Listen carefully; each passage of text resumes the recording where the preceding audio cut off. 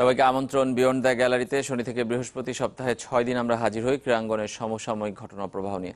আজকের আয়োজনে সঙ্গে আছি রেজওয়ানুজ্জামান। আজ আমরা কথা বলবো বাংলাদেশ অস্ট্রেলিয়া সিরিজ নিয়ে। আপনারা জানেন যে অস্ট্রেলিয়া দল ইতিমধ্যেই 3 দিন পার করেছে ঢাকায় এবং তারা বাংলাদেশের বিপক্ষে 2 টেস্টের একটি সিরিজ খেলবে। সেই সিরিজকে কেন্দ্র করে এখন ক্রিকেট অঙ্গন উত্তপ্ত নানাভাবে। আমরা সব বিষয় নিয়ে কথা বলতে চাই। আমাদের সঙ্গে আজকে স্টুডিওতে আছেন জাতীয় ক্রিকেটার মোহাম্মদ আশরাফুল এবং আছেন ক্রীড়া সাংবাদিক দৈনিক কালের কণ্ঠের সিনিয়র রিপোর্টার নোমান মোহাম্মদ। দুজনকে স্বাগত জানাচ্ছি। ধন্যবাদ।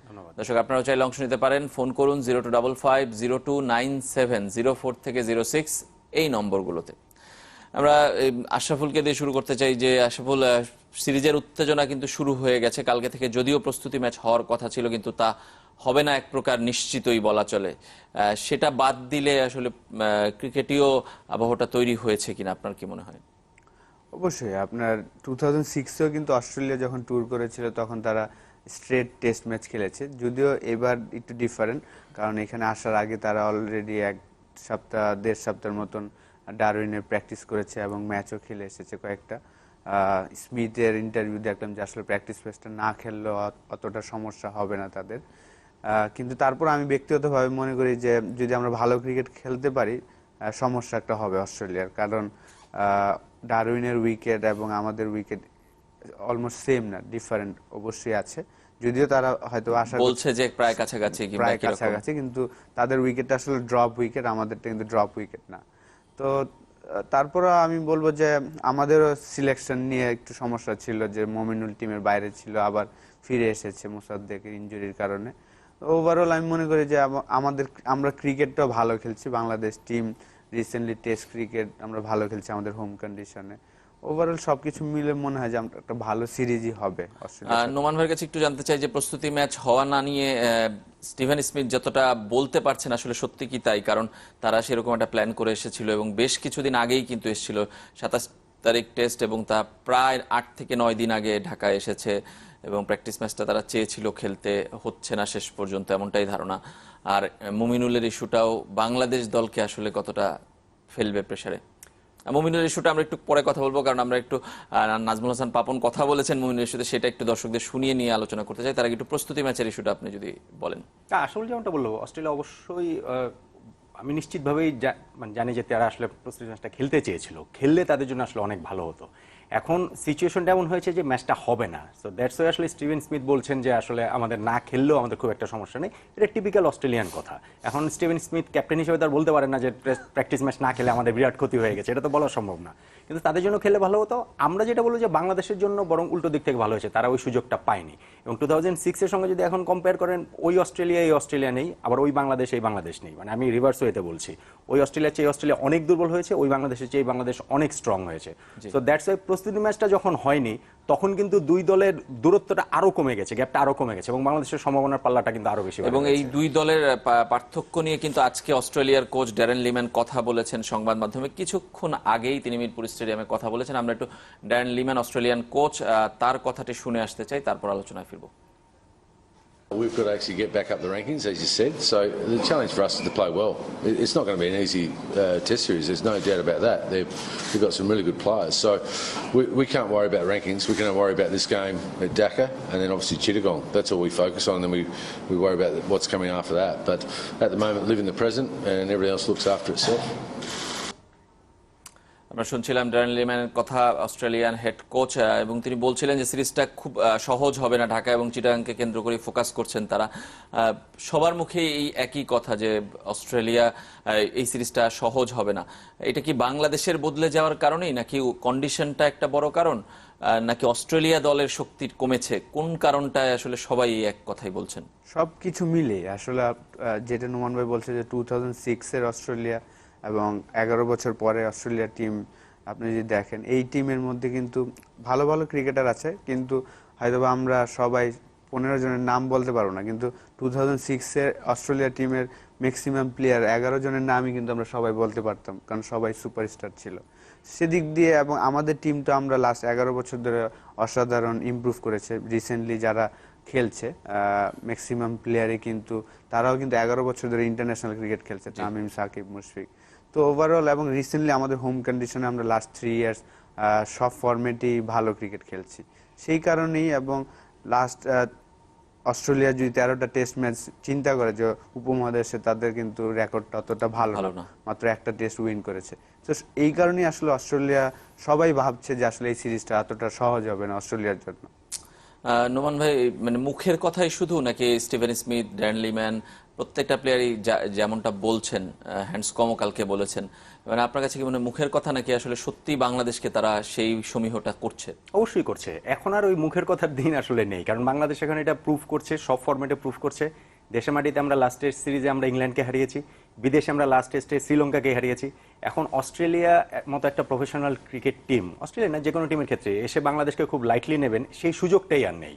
মানে আগে ছিল না হয়তো বাংলাদেশের ক্রিকেটারদের সামর্থ্যের দিক থেকে হয়তো সুযোগটা ছিল না, এখন কিন্তু শুধু সামর্থ্য না, সামর্থ্যটা কিন্তু পারফরমেন্সে অনুদিত হচ্ছে, মাঠে কিন্তু তারা করে দেখাচ্ছেন। ইন্ডিভিজুয়াল পারফরমেন্স না, টিম পারফরমেন্সে ম্যাচ জিতছেন, হোমে ম্যাচ জিতছেন, অ্যাওয়েতে টেস্ট জিতছেন। সো দ্যাটস ওয়াই এখন এটা যে শুধু বলার জন্য বলা তা আমি বলবো না। যেমন বাংলাদেশের ক্যাপ্টেন আশরাফুল ক্যাপ্টেন ছিল বাংলাদেশে, একসময় বলতো যে আমরা ভালো খেলতে চাই, আমরা লড়াই করতে চাই, তো সেটা ছিল বলার জন্য বলা, কারণ বাংলাদেশ আসলে সামর্থ্যের জায়গাটা একটু বেশি ছিল না। এখন যদি অস্ট্রেলিয়া, যদি আপনি যেটা বলছেন যে শুধু বলার জন্যই বলছে কিনা, বা ক্রিকেটীয় কূটনীতি, ক্রিকেটীয় শিষ্টাচারের অংশ হিসেবে বলছে কিনা, আমার সেটা মনে হয় না। তারা এটা সিরিয়াসলি, তারা এটা মিন করছেন যে বাংলাদেশে আসলে লাইটলি নেওয়ার কোনো রকম কোনো সুযোগ নেই। সামান্যতম সুযোগ যদি তারা বাংলাদেশকে দেয় তাহলে কিন্তু বাংলাদেশ সেই সুযোগটা নিয়ে নেবে, যেটা আমরা লাস্ট হোম সিরিজও দেখেছি। ইংল্যান্ড কিন্তু টেস্টটা কিন্তু প্রায় ড্র করে ফেলেছিল, মানে একটা সম্ভাবনা ছিল, একটা সুযোগ দিয়েছে, গেটটা কিন্তু ওপেন হয়ে গেছে, আমরা কিন্তু এক সেশনে 9 উইকেট তুলে নিয়ে ইংল্যান্ডকে হারিয়ে দিয়েছি। তো আসলে সেই সুযোগটা নেই। আমার শুধু আমাদের প্রস্তুতির পয়েন্ট অফ ভিউ থেকে আমার একটা আপত্তির জায়গা, সেটা হচ্ছে মমিনুলের নির্বাচনকে কেন্দ্র করে যেটা হলো, এটা আসলে আমাদের কাম্য ছিল না, এটা টিমটাকে একটু ডিস্টারবেন্সের ভিতরে। আমরা এই বিষয়ে আলাদা করেই কথা বলবো, তার আগে একজন দর্শক আছেন আমাদের সঙ্গে, তার ফোনটি নিতে চাই। দর্শক, পরিচয় জানিয়ে প্রশ্ন অথবা মতামত জানান। ওয়ালাইকুম আসসালাম। রুমে বলছিলাম চিটং থেকে। জি। আমি ভেরি লাকি যে আমার ফেভারিট প্লেয়ার আশরাফুল কাছে পেয়েছি। আশরাফুল ভাইয়ের কাছে আমার প্রশ্ন আসলে এই মমিনুল কথা এখন হয়েছে যাক শেষ পর্যন্ত, তো মমিনুলকে যদি একাদশে রাখা হয়, সম্মুখ রাখা হয়, সেক্ষেত্রে প্রথম 4 জন দিন আমাদের লেফট হ্যান্ডি হয়ে যায়। আর সৌম্যের কথা যেটা বলা হয়েছে যে সে 4টা ইনিংসে 50+ রান করেছে, তো 50 বলে 50 কিন্তু টেস্টের জন্য কখনো আদর্শ ইনিংস না। তো সেক্ষেত্রে সৌম্যের পরিবর্তে কি মমিনুলকে একাদশে রাখাটা যৌক্তিক কিনা? জি আর আশরাফুল ভাই, আপনি তাড়াতাড়ি আমাদের মাঝে আবার ফিরে আসেন। জি, ধন্যবাদ আপনাকে। মুমিনুলের প্রত্যাবর্তন, সেটা নিয়ে আমরা বলছি, কিন্তু তার আগে দর্শকের প্রশ্নটা যদি বলেন যে কম্বিনেশনটা কেমন হতে পারে আপনার দৃষ্টিতে, এটা একটা গুরুত্বপূর্ণ প্রশ্ন কিনা যে 4 জন টপ অর্ডারে সবাই লেফট হ্যান্ড ব্যাটসম্যান, সাকিব সহ 5 জন আসলে, যদি ইমরুল, সৌম্য, তামিম, মুমিনুল সবাই। অবশ্যই আমি ব্যক্তিগতভাবে মনে করি যে আসলে অস্ট্রেলিয়া এই টিমটা ব্যাটিং থেকে তাদের বোলিংটা খুব স্ট্রং, দুইটা ডিপার্টমেন্টে স্পিন অ্যাটাক বলেন এবং পেস অ্যাটাক বলেন, তারা খুবই চমৎকার একটা ব্যালেন্স সাইড বোলিংয়ে, কারণ এক্সপিরিয়েন্সও আছে, ব্যাটিং থেকে বোলিংয়ের এক্সপিরিয়েন্স তাদের বেশি। আমাদের যদি লেফট হ্যান্ডই বেশি হয়, আসলে তাদের মেন বলার যে লায়ন, সে কিন্তু সব এরিয়াতেই আর কি ভালো বল করে। অস্ট্রেলিয়াতে বলেন, লাস্ট ইন্ডিয়া সিরিজে চমৎকার বল করেছে, এক ইনিংসে 8 উইকেট নিয়েছিল। তো আমাদের সব লেফট হ্যান্ডি ব্যাটসম্যান হলে আসলে তার জন্য অনেকটা সহজ হয়ে যাবে বোলিং করাটা। তো 4টাই আসলে লেফট হ্যান্ডি হলে একটু ডিফিকাল্ট হয়ে যাবে, সেখানে হয়তো আর কি আমি ব্যক্তিগতভাবে মনে করি যে আমাদের ওই জায়গায় আসা উচিত যে আসলে ইমরুল কায়েস এবং তামিম কিন্তু আমাদের মেন ওপেনিং পার্টনারশিপ ছিল লাস্ট 3-4 বছর ধরে যদি দেখি টেস্ট ক্রিকেটে। সেই ইনজুরি পড়ার পরেই কিন্তু সৌম্য সরকার এসেছে এবং সে ভালো খেলছে, সত্যি কথা যে লাস্ট 7-8টা ইনিংসের মধ্যে 4টা 50 আছে, ভালো খেলেছে। কিন্তু আমাদের ওই জায়গায় যেতে হবে যে সিনিয়র প্লেয়ার যখনই ইনজুরিতে পড়বে আবার ফিরে আসবে, যখন তার জায়গায় যেন সে ফিরে আসে, সেই জায়গায় যদি হয় তাহলে আমাদের ক্রিকেটটা আরও ইমপ্রুভ করবে। এখন তো আমরা অনেক ইমপ্রুভ করছি, কিন্তু আরও ইমপ্রুভ করবে তখনই যখন আমরা আর কি সিনিয়রদের মূল্যায়ন করতে পারবো, যার জায়গায় সে যেন পায়। তো সেই জায়গায় যদি আমার মনে হয় যে সৌম্য সরকার যদি ড্রপও হতে হয়, আমি মনে করি যে এইটাই হওয়া উচিত। আর আপনি মুমিনুল কি 11-এ রাখছেন আপনার হিসাবে? আমি ব্যক্তিগতভাবে মনে করি অস্ট্রেলিয়ার সাথে 4টা ইনিংসই মমিনুলকে খেলানো উচিত, কারণ তার এভারেজ যদি দেখেন 45+ এবং হোম কন্ডিশনে তার এভারেজ 60+ অলমোস্ট। তো আমি মনে করি যে অস্ট্রেলিয়ার সাথে 4টা ইনিংসই তার সুযোগ পাওয়া উচিত। নোমান ভাই, মুমিনুল দলে ঢুকেছে, এক অর্থে স্বস্তি খবর, কিংবা সবার জন্য স্বস্তি, সব মাধ্যমে যে সমালোচনা উঠছিল সেখানে, কিন্তু সে 11-এ চান্স পাবে কিনা, কিংবা পেলে কতটা স্বাচ্ছন্দ্যের সাথে খেলতে পারবে? পুরো জিনিসটাই আমার কাছে গোলমেলে লাগে। গোলমেলে লাগে কিভাবে, আপনি আশরাফুল যেটা বললেন যে আসলে মোমিনুলের যে অ্যাভারেজ, তার কি কারণে তিনি বাদ পড়েছেন তিনি লাস্ট 2 টেস্টে তার পারফরমেন্স নেই। লাস্ট 2 টেস্টে তিনি ইন্ডিয়ার সঙ্গে করেছেন 12 আর 27, শ্রীলঙ্কাতে গল টেস্টে করেছেন হচ্ছে গিয়ে 7 এবং 5, এই কারণে বাদ পড়েছেন। কিন্তু তার আগের 2 টেস্টে তার 50 আছে। কিন্তু নিউজিল্যান্ডে একটা অ্যাডভার্স কন্ডিশনে তার জন্য 64 রান একটা ইনিংস আছে। তিনি কিন্তু ঢাকায় ইংল্যান্ডের সঙ্গে যেই ম্যাচটা আমরা জিতলাম সেই ম্যাচেও 60 ওভার রানের একটা ইনিংস আছে, তামিমের সঙ্গে 170 রানের পার্টনারশিপ আছে 170। সো এই দুটো ভুলে গিয়ে আমরা এখানে চলে আসলাম। এখন আশরাফ বললেন যে যদি ওইরকম লেফট হ্যান্ড রাইট হ্যান্ড ওই সবকিছু মিলে সম্মুখেও যদি বাদ পড়তে হয়, বাদ দেওয়া উচিত। এটা আসলে বাংলাদেশের ক্রিকেটের বর্তমান বাস্তবতা, এটা একটা অ্যাবসার্ড কথা। বাংলাদেশ টিমে চন্ডিকা হাথুরুসিংহের সিং এর ফার্স্ট নেমটা হবে সৌম্য সরকার, এটা নিয়ে কোনো ডাউট নেই। বাদ পড়া উচিত কি উচিত না সেটা অন্য আলোচনা, কিন্তু ফার্স্ট নেমটা এটা হবে। কেন হবে? আমার কথাটা হচ্ছে কি যে মমিনুলকে 2টো টেস্টে খারাপ খেলার কারণে বাদ দিয়েছেন। সৌম্য সরকার যেখান থেকে সৌম্য সরকারের রিভাইভ 86 রানের ইনিংস খেলেন নিউজিল্যান্ডে, তার আগে 23 ইনিংসে সৌম্য সরকারের 50 নেই। তো 23 ইনিংসে একজন ব্যাটসম্যানের 50 আপনি ক্যারি করছেন, ওয়ারেজ যে হচ্ছে গিয়ে যে আপনার প্রুভেন ব্যাটসম্যান, যার অ্যাভারেজ হচ্ছে গিয়ে আপনার এখনো 46+, তাকে আপনি বাদ দিয়ে দিবেন 2 টেস্ট শেষে, এটা আসলে আমার কাছে অবিশ্বাস্য মনে হয়। আপনি চিন্তা করে দেখেন যে মমিনুল চন্ডিকা হাথুরুসিংহের কোচ হিসাবে আসার আগে মমিনুলের 7 টেস্টে 3টা সেঞ্চুরি ছিল, তার অ্যাভারেজ ছিল 75.5। তিনি কোচ হয়ে আসার পর 15 টেস্ট খেলে মমিনুলের মাত্র একটা সেঞ্চুরি, তার অ্যাভারেজ হচ্ছে গিয়ে এই 15 টেস্ট হচ্ছে গিয়ে 36। সো এখানে কি কোচের কোনো দায় নেই? মমিনুল একটা ওভারনাইট একজন ব্যাটসম্যান কিভাবে খারাপ হয়ে গেল, কিভাবে একজন ব্যাটসম্যান এরকম হয়ে গেল? এখন আপনি শুধুমাত্র বলে দিলেন যে তার পারফরমেন্স ভালো না। পারফরমেন্স ভালো কি ভালো না সেটা তো আমরাই দেখতে পারি, আমজনতা দেখতে পারে, মিডিয়া দেখে, সবাই দেখে, সিলেক্টররা দেখে। ভালোটা কিভাবে করা যায় সেটা তো আপনার দায়িত্ব। মমিনুল ভালো ব্যাটসম্যান কিনা এটা নিয়ে কিন্তু আলোচনার কোনো সুযোগ নেই। যে ব্যাটসম্যান প্রথম 7 টেস্টে 3টা সেঞ্চুরি করে, এটা আলোচনার সুযোগ নেই যে তিনি আসলে পারেন কি পারেন না। এখন এই কোচ আসার সময় পারছেন না কেন? তো সেই দায় কোচকে নিতে হবে না? এবং যেভাবে মমিনুলকে ফেরানো হলো, মানে মমিনুল ফিরেছে, আপনি বলছেন সবার জন্য স্বস্তি, এই ফেরানোর প্রক্রিয়াটা আমার কাছে খুব ক্লিয়ার না। কেন ক্লিয়ার না? মমিনুল কার জায়গায় ফিরেছেন? মোসাদ্দেক হোসেনের জায়গায় মমিনুল ফিরবেন কেন? টিম কম্বিনেশনের কথা বলে তো মমিনুলকে বাদ দেওয়া হয়েছে, তার পারফরমেন্সের কথা বলে বাদ দেওয়া হয়েছে। তো মোসাদ্দেকের ব্যাটিং পজিশন আর মমিনুলের ব্যাটিং পজিশন বা টিমে যে রোল, এটা তো সেম না। মোসাদ্দেক একটা টেস্ট খেলেছেন, সেই টেস্টে তিনি 75 রানের ইনিংস খেলেছেন 8 নম্বরে ব্যাটিং করে। ওইখানে হচ্ছে গিয়ে তাইজুল হচ্ছে মানে নাইট ওয়াচম্যান হিসেবে নেমেছিল বলে 8 নম্বরে আছে, সেকেন্ড ইনিংসেও 7 নম্বরে ব্যাটিং করেছেন। মমিনুল তো 7 নম্বরে ব্যাটিং করবেন না খেললে। সো মোসাদ্দেকের জায়গায় কেন? মোসাদ্দেকের জায়গায় যদি আসতে তাহলে শুভগত হোম আসতে পারতো, মাহমুদুল্লাহ রিয়াদ আসতে পারতো। মাহমুদুল্লাহ রিয়াদ কেন আসবেন আমাকে এটা বলেন? মাহমুদুল্লাহ রিয়াদের কথা কিন্তু আমরা ভুলে গেছি, আমরা শুধু টেস্ট বলছি ইত্যাদি ইত্যাদি। একজন ব্যাটসম্যান 2 মাস আগে তিনি হচ্ছে গিয়ে সেঞ্চুরি করে আসলেন ইংল্যান্ডের ওরকম কন্ডিশনে। আপনি টেস্ট ওয়ানডে এগুলো যদি এইভাবে আলাদা করেন তাহলে তো এটা হবে না। আরেকটা ব্যাখ্যা দেওয়া হয়েছে যে মমিনুলের জায়গায় ইমরুল সৌম্যরা ভালো খেলছে, এটাও আমার কাছে একদম একটা ভুল ব্যাখ্যা মনে হয়। ভুল ব্যাখ্যা আমি কি জন্য বলি? ইমরুল গত লাস্ট, আমি মানে মমিনুলের সাথে এখন তুলনা হলে তো টেস্টেই হবে। ইমরুল গত 11টা টেস্ট ইনিংস ইমরুলের একটা মাত্র 50, এবং ইমরুল কিন্তু এই 11টা টেস্ট ইনিংসের ভিতরে শুধুমাত্র লাস্ট টেস্টে তিনি 3 নম্বরে খেলেছেন, বাকি সবগুলো তো ওপেনার হিসেবে খেলেছেন। তার মানে তার সাথে তুলনা যদি 3 নম্বরে করেন, 3 নম্বরে একটা টেস্ট খেলে তিনি করেছেন কত, 34 আর 0 বোধ হয় লাস্ট টেস্টে। এবার আপনি যদি সৌম্যর সাথে তুলনা করেন, সৌম্য তো কোনো টেস্টে 3-4 নম্বরে খেলে নাই, মমিনুলের সাথে তার তুলনা হবে কেন? সৌম্য শুরুতে 6-7 নম্বরে খেলতো, লাস্ট 4 টেস্টে তার যে অ্যাভারেজ 46, মানে নিউজিল্যান্ডে, তারপরে শ্রীলঙ্কা, ইন্ডিয়ায়, শ্রীলঙ্কায় 2 টেস্টে সবগুলিতে তিনি ওপেনার হিসেবে খেলেছেন। সো সৌম্যর সাথে আপনি মমিনুলের তুলনা করবেন কেন? সো পুরো জিনিসটা গোলমেলে। আমি যেটা বললাম যে এখন মোসাদ্দেক বাদ পড়ছে, মমিনুল ফিরেছে, এটা আপাতত ফেস সেভিং ক্রিকেট বোর্ডের, নির্বাচকদের, কোচের, বিসিবি প্রেসিডেন্টের, কিন্তু এটা ওয়ে হতে পারে না। এটা যদি ওয়ে হয় তাহলে প্রথম ওয়েটা ভুল ছিল, টিম কম্বিনেশনের কথা বলে ভুল ছিল। 2003-তে আসলে মনে থাকার কথা, 2003 ওয়ার্ল্ড কাপে আমরা খেলতে গেলাম, মাশরাফি ইনজুর্ড হয়ে গেলেন, মাশরাফির জায়গায় আকরাম খান দলে চলে গেলেন। মাশরাফির জায়গায় কেন আকরাম খান যাবেন? মাশরাফি যখন ইনজুর্ড, তার জায়গায় একজন পেসার যাবেন, আকরাম খান কি হিসাবে যাবেন? সো সেই হিসাবে 2003 থেকে 2017 একদিন 14 বছর হয়ে গেছে, ওই গোলমেলে পরিস্থিতি থেকে কিন্তু আমরা এখনো বেরোতে পারিনি কোনোভাবে একটা মুখ রক্ষা করে। এই যে কোনোভাবে যে এখন ঠিক আছে যে মোসাদ্দেক কোনোভাবে ইনজুর্ড হয়েছে, মোসাদ্দেকের এই ইনজুরি তারও 2 দিন আগে, কেন ইনজুরি রিপোর্ট নিয়ে, চোখের ডাক্তারের রিপোর্ট নিয়ে কি সিলেক্টরের টিম গঠন করতে বসেনি? সিলেক্টর মানে তো আসলে সিলেক্টর না, সিলেক্টর মানে আসলে চন্ডিকা হাথুরুসিংহে। সেক্ষেত্রে সিলেক্টরদের থাকারই বা কি প্রয়োজন, এটাও আমার কাছে বোধগম্য না। আপনি বলছেন যে হাথুরুসিংহে আসলে পুরো দলটা ঘোষণার ক্ষেত্রে কিংবা দল নিয়ন্ত্রণ করছেন এককভাবেই, সেটা এককভাবে মানে কিন্তু আমি বলছি না যে হাথুরুসিংহে নিয়ন্ত্রণ করছেন 50%, বাকি সবাই 50%। আমি বলছি হাথুরুসিংহে নিয়ন্ত্রণ করছেন 99%, বাকি 1% হচ্ছে গিয়ে মানে ক্রিকেট বোর্ড প্রেসিডেন্ট বলেন, সিলেক্টর বলেন, অধিনায়ক বলেন, বাকি সবার হাতে। তো সেক্ষেত্রে সিলেক্টরদের থাকার প্রয়োজন কি? আমি আর রাজীব, আপনি একটু আগে কথা বলছিলাম যে 10-12 জন দল কারা হবে এটা সবাই জানে। এটা হচ্ছে কি, আপনি যদি এখন ওই বুরুঙ্গামারির একজনকে জিজ্ঞেস করেন বাংলাদেশের টেস্ট স্কোয়াডের প্রথম 10 জন কে হবে, তারা বলে দিতে পারবেন। আলোচনা হয় 3-4 জন নিয়ে। তো 3-4 জনে যদি সিলেক্টরদের মতামতটা যদি না থাকে, তারা তাদের মতামতটা না দিতে পারেন, দরকার কি সিলেকশন প্যানেলের? এই প্রশ্ন তো আছেই, আমরা নিশ্চয়ই আরো কথা বলবো। তার আগে আমরা একটু এই মুহূর্তে চলে যেতে চাই মিরপুর স্টেডিয়ামে। সেখানে আছেন আমাদের সহকর্মী ইভান ইকরাম। এভান আজকের পরিস্থিতি কি মিরপুর স্টেডিয়ামে? আমরা ড্যারেন লিম্যান অস্ট্রেলিয়ার কোচ কথা বলে ফেলেছেন, আমরা শুনেছি, তার বক্তব্য শুনলাম। অস্ট্রেলিয়ার অনুশীলন তো ইতিমধ্যে শেষ হয়ে যাওয়ার কথা।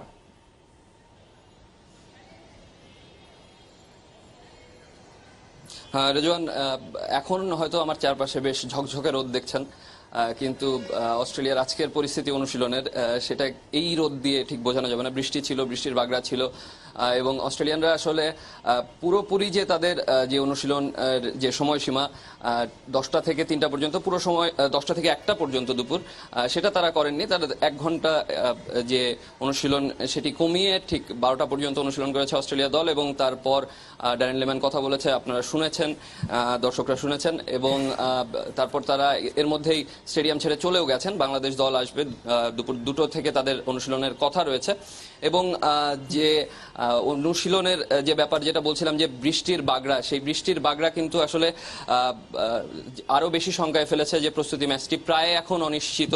আজ আমরা সকালবেলা যতদূর জানতে পেরেছি, সকালে অস্ট্রেলিয়া পর্যবেক্ষক দল ফতুল্লা স্টেডিয়াম পরিদর্শনে গিয়েছিলেন এবং সেখানকার অবস্থা দেখেছেন। যদিও এখন পর্যন্ত আমরা জানি না যে সেখানকার সেটা দেখে তাদের মতামত কি প্রস্তুতি ম্যাচের ব্যাপারে। এবং আরো একটা বিষয় জানাতে চাই যে আবহাওয়া দপ্তরের খবর অনুযায়ী আজ এবং আগামীকাল এবং তারপর দিন, এই 3 দিন মাঝে মাঝেই বৃষ্টির বাগড়া থাকবে। এবং একই সাথে সেটা কিন্তু একটা ভয়েরও ব্যাপার, কেননা আমরা যেটা দেখেছিলাম এর আগে বৃষ্টিতে ফতুল্লা স্টেডিয়ামের যে অবস্থা, এবং সেটা নোংরা এবং দুর্গন্ধ, যে কারণগুলোর কারণেই আসলে অস্ট্রেলিয়া দল প্রস্তুতি ম্যাচ খেলার ব্যাপারে ঠিক খুব একটা আগ্রহ পোষণ করেনি ফতুল্লা স্টেডিয়ামে। এবং তার ফলশ্রুতিতে যেটা আজ অস্ট্রেলিয়ান কোচ ড্যারেন লিম্যান বলেছেন যে যদি প্রস্তুতি ম্যাচ না হয় সেটা 2 দলের জন্যই সমান দুর্ভাগ্যজনক হবে। তবে যদি সেটা না হয় সেক্ষেত্রে তারা এই অনুশীলনের মাধ্যমেই প্রস্তুতি নেবেন প্রথম টেস্টের জন্য।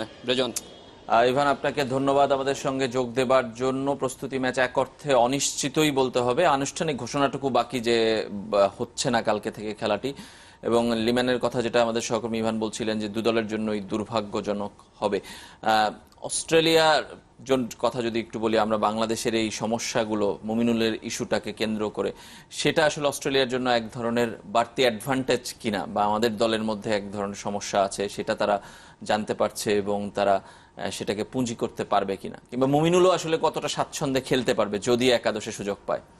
আসলে এই ধরনের ঘটনা যখনই হয় বাংলাদেশে, আপনি যদি রিসেন্টলি দেখেন, তখনই কিন্তু আমাদের রেজাল্ট ভালো হয়। সত্যি কথা, তখনই রেজাল্ট ভালো হয়। আপনি 100তম টেস্টে দেখেন মমিনুল কিন্তু মাহমুদুল্লাহ, হ্যাঁ, ওইখানে কিন্তু মমিনুল কোনো মতেই ড্রপ যায় না, ঠিক না? একটা ছেলে যেটা বলছে যে 11 টেস্টে পর পর 50 করেছে, যার অ্যাভারেজ 50+ ছিল, তো তাকে কিন্তু আমরা ড্রপ দিয়েছি, 4টা চেঞ্জ করা হয়েছে এবং আমরা ম্যাচ উইন করেছি।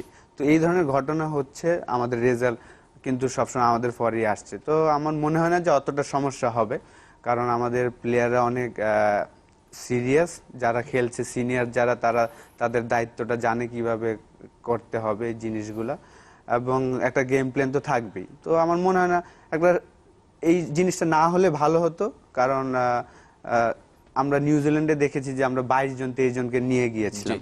তো এইখানে হয়তো 14 জনের জায়গায় 15 জন, বোর্ড প্রেসিডেন্ট আজকে বলেছে যে আমি 15 জন চেয়েছিলাম, সেটাও করতে পারতো। এত সমালোচনার মধ্যে না গেলেই ভালো। তো তারপর আমার মনে হয় যে এটা সমস্যা হবে, আমাদের রেজাল্ট হয়তো আমাদের পরেই আসবে, আমি বিশ্বাস করি।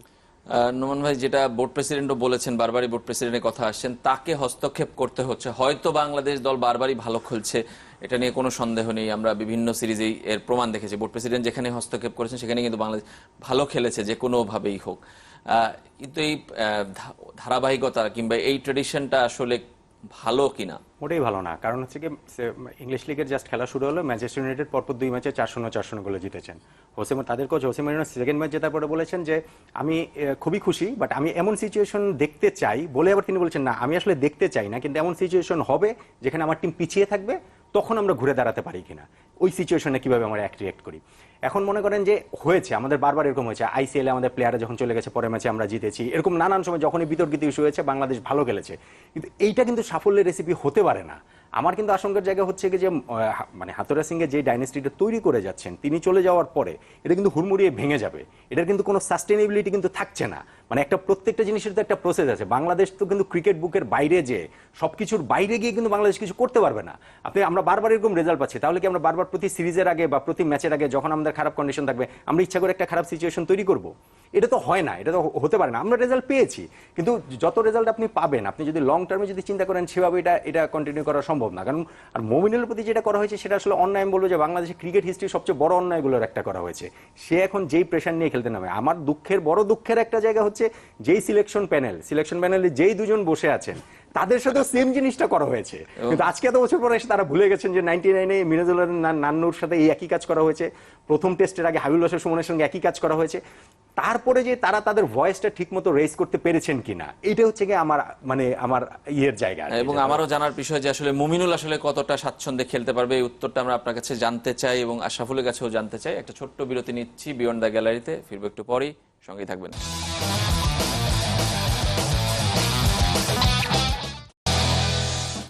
ফিরে এলাম বিয়ন্ড দ্য গ্যালারিতে। আমরা কথা বলছি বাংলাদেশ অস্ট্রেলিয়া সিরিজ নিয়ে। 27 তারিখ থেকে শুরু হবে প্রথম টেস্ট সিরিজের, আর এই বিষয় নিয়ে কথা বলতে স্টুডিওতে আছেন জাতীয় ক্রিকেটার মোহাম্মদ আশরাফুল এবং আছেন ক্রীড়া সাংবাদিক যিনি কালের কণ্ঠের সিনিয়র রিপোর্টার নোমান মোহাম্মদ। আপনারা চাইলে অংশ নিতে পারেন, ফোন করুন 0255029704 থেকে 06 এই নম্বরগুলোতে। আমরা বিরতির আগে বারবারই মুমিনুল ইস্যুটা আলোচনায় এসে যাচ্ছে এবং সময়ের খুব আলোচিত ইস্যু। মুমিনুল আসলে এরকম পজিশনে কিংবা এরকম সিচুয়েশনে একটা ক্রিকেটারের জন্য কতটা প্রেসার হয়ে দাঁড়ায়? অবশ্যই একটা ক্রিকেটারের জন্য তো খুবই প্রেসার এই ধরনের সিচুয়েশনে, যে তার রেকর্ড যদি দেখে যে থাকা উচিত ছিল এবং রাখে নাই, আবার একজন ইনজুরির কারণে আবার নেওয়া হয়েছে। দুইটা দিক হতে পারে, খুব ভালো হতে পারে আবার খারাপও হতে পারে। কিন্তু আমি যতটুকু জানি মমিনুলকে, প্রচুর হার্ড ওয়ার্কার এবং সে প্র্যাকটিস ম্যাচও ভালো করেছে, 73 করেছে। সবাই বলছে যে আসলে সে ভালো খেলছে না, বিকজ ও ভালো খেলছে না। আমাদের টেস্ট ম্যাচের পরে কিন্তু একটা ম্যাচের পরে 5 মাস 6 মাস গ্যাপ থাকছে। এই গ্যাপের মধ্যে আসলে ও ওই প্র্যাকটিস ফ্যাসিলিটিসটা হয়তো বা পাচ্ছে, একা একা করছে, কিন্তু ম্যাচ প্র্যাকটিসটা পাচ্ছে না, যেটা সাব্বির বা সৌম্য সরকার কামব্যাক করতে পেরেছে বিকজ অফ তারা কিন্তু 3টা ফরম্যাটই খেলছে। 2টাতে ফেল করছে, 3 নাম্বারটাতে যে সে হয়তো বা সুযোগ পাচ্ছে, পারফর্ম করছে। মমিনুলের কিন্তু সেই সুযোগটা হচ্ছিল না। এই কারণেই কিন্তু আসলে মনে হচ্ছে যে সে রান করে না 2টা টেস্টে। যদি আবার গ্যাপ না থাকতো আর কি, তাহলে কিন্তু আবার হয়তো আমি বিশ্বাস যে সে ফর্মে ফিরে আসতো। তারপর আমি বিশ্বাস করি যে প্রচুর হার্ডওয়ার্কার, লাস্ট 2-2.5 মাস অনেক হার্ডওয়ার্ক করেছে এবং ব্যাটিং নিয়ে কাজ করেছে এবং প্র্যাকটিস ম্যাচও রান করেছে 73। আমার বিশ্বাস যে সে এই ঘটনা সব ভুলে যাবে, কারণ বিকেএসপি যারাই স্টুডেন্ট, আমি ব্যক্তিগতভাবে দেখেছি যে সাকিব যারা ওইখান থেকে এসেছে তারা মেন্টালি অনেক স্ট্রং। তো আমি বিশ্বাস যে এই ঘটনা ও একদমই চিন্তা করবে না। যদি সুযোগ পায়, অ্যাটলিস্ট সিলেক্টরদের ওকে এই সুযোগটা বলে দেওয়া উচিত যে অ্যাটলিস্ট তুমি এই 4টা ইনিংসই খেলবা, এমন না যে এই 2টা ইনিংস খেলবা যে পরের সেকেন্ড টেস্টে রান খেলবা না। ওকে বলা উচিত যে তুমি 4টা ইনিংসই খেলবা, 2টা এই নিশ্চয়তাটুকু তাকে দেওয়া উচিত। আদারওয়াইজ আসলে পারফরম্যান্স করা ডিফিকাল্ট। একজন দর্শক আছেন, তার ফোনটি নিতে চাই। দর্শক পরিচয় জানিয়ে প্রশ্ন অথবা মতামত জানান। আসসালামু আলাইকুম। ওয়ালাইকুম আসসালাম। আমি কুমিল্লা দাউদকান্দি শহীদনগর থেকে মোহাম্মদ আতিকুল হক। জি, আমার প্রশ্ন ছিল যে সাব্বির রহমান টেস্ট ক্রিকেটে 4 নম্বর পজিশনে ডিপেন্ডেবল কিনা? আচ্ছা, ধন্যবাদ আপনাকে। টেস্ট ক্রিকেটে 4 নম্বর পজিশনে সাব্বির রহমান ডিপেন্ডেবল কিনা? 4 নম্বরে সবচেয়ে ডিপেন্ডেবল মমিনুল হক। মমিনুল হকের যে আমি যে প্রথম টেস্টগুলো পরিসংখ্যানগুলো বললাম সব তার 4 নম্বরে করা। প্রথম 7 টেস্টে যে তার 3টা সেঞ্চুরি 4 নম্বরে নেমে করা। হাতুরা সিংকে কোচ হিসেবে আসার পর ফার্স্ট যে সিরিজ ওয়েস্ট ইন্ডিজে, সেই সিরিজেও তিনি 4 নম্বরে ব্যাটিং করেছেন এবং 2 টেস্টের দুটোতেই তার হাফ সেঞ্চুরি রয়েছে। এর পরের যে 14টা টেস্ট, মানে 14টা না 13টা টেস্টে এরপরে হাতুরা সিংকে তাকে 3 নম্বরে উঠিয়ে আনলেন। সো 3 নম্বরে উঠে নিলে আমি যদি ধরিও রিলেটিভলি ফেল করেছেন আগের তুলনায় এখন, তাহলে আপনি তাকে আগের পজিশনে ফিরিয়ে নেন, তাকে আগের পজিশনে ফিরিয়ে সুযোগ দেন, দেখেন সে পারে কিনা। 4 নম্বরে মমিনুল হচ্ছে সাকসেসফুল ব্যাটসম্যান বাংলাদেশে কে আছে? আশরাফুল হয়তো আছে, মানে রানের দিক দিয়ে নেই, কিন্তু আমি বলছি পোটেনশিয়ালের দিক থেকে হয়তো এরকম ইনিংস।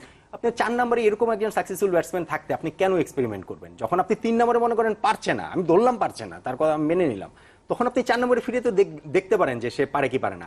সৌম্য সরকারকে 23 ইনিংস তিনি কোনো 50 ছাড়া খেলেছেন, তারপরেও সুযোগ দেওয়া হয়েছে। আমি কিন্তু এটার বিরোধী না, কারণ সৌম্য আমি মনে করি স্পেশাল ট্যালেন্টদের এরকম স্পেশাল একটা অগ্রাধিকার পাওয়া উচিত, সুযোগ পাওয়া উচিত।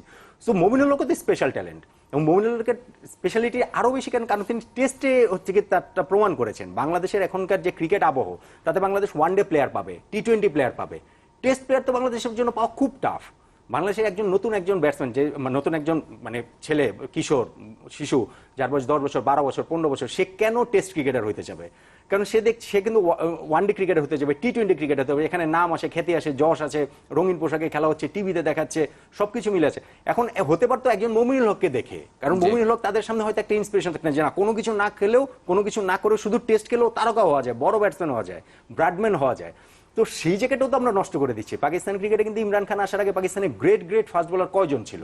খুব বেশি কিন্তু ছিলেন না, ফজল মাহমুদ কয়েকজন মাত্র ছিলেন। কিন্তু যেই ইমরান খানরে দেখেই কিন্তু ওয়াসিম আকরাম তৈরি হয়েছেন, একজন ওয়াকার ইউনিস তৈরি হয়েছেন, একজন শোয়েব আখতার তৈরি হয়েছেন। সো একজন মমিনুল হককেও, যে সবকিছু বাদ দিয়ে শুধুমাত্র টেস্টে কনসেন্ট্রেট করছে, তার এভারেজ 50+ হয়ে যাচ্ছে, তাকে দেখে কিন্তু বাংলাদেশের অনেকেই কিন্তু টেস্ট খেলতে উদ্বুদ্ধ হতে পারতো। আমরা কিন্তু সেই জায়গাটাও নষ্ট করে দিচ্ছি। আরেকজন দর্শকের ফোন নেব। দর্শক পরিচয় জানিয়ে প্রশ্ন অথবা মতামত জানান।